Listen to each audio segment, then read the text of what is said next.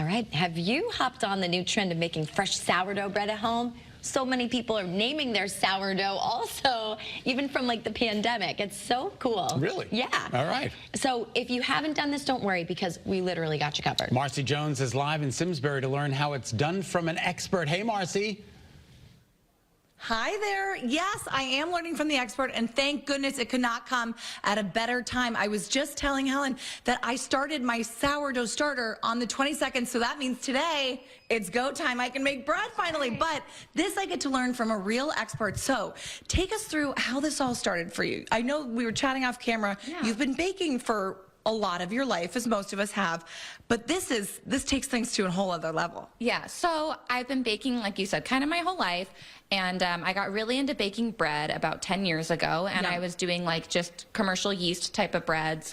I was milling my own flour then too. You're so humble. Mom of 5 mills her own wheat. That's incredible. It makes the bread more nutritious. Yeah. It makes it softer. I think it tastes better. Yeah. Anyway, so I got really into that, and then in 2020, I got into sourdough like everybody else did. Oh yes, absolutely.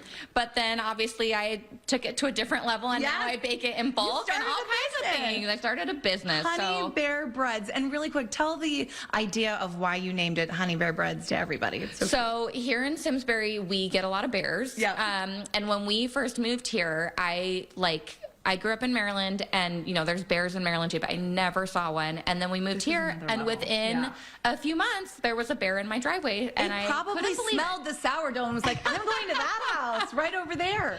All right, you've got a few different things out in front of us.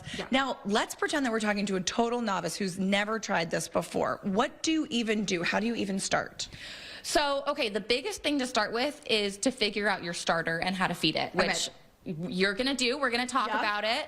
So figuring out your starter is a great place to start, having just a basic recipe. And then I feel like once you kind of get that down, you can totally get it. I think people think it's really complicated. It's really not. Because when it comes out, it is very impressive. And I see that you've done the little scoring marks on there. You get a little fancy. A little fancy. I took a peruse at your website. You make them into pumpkin shapes. You also do other things besides sourdough too. Tell us about the rest of your inventory. Yeah, so I do a lot of honey wheat bread, which is also part of the Honey Bear. That's kind of how I started with honey wheat. And then I do cinnamon rolls. I do these Nutella star breads that are also sourdough based.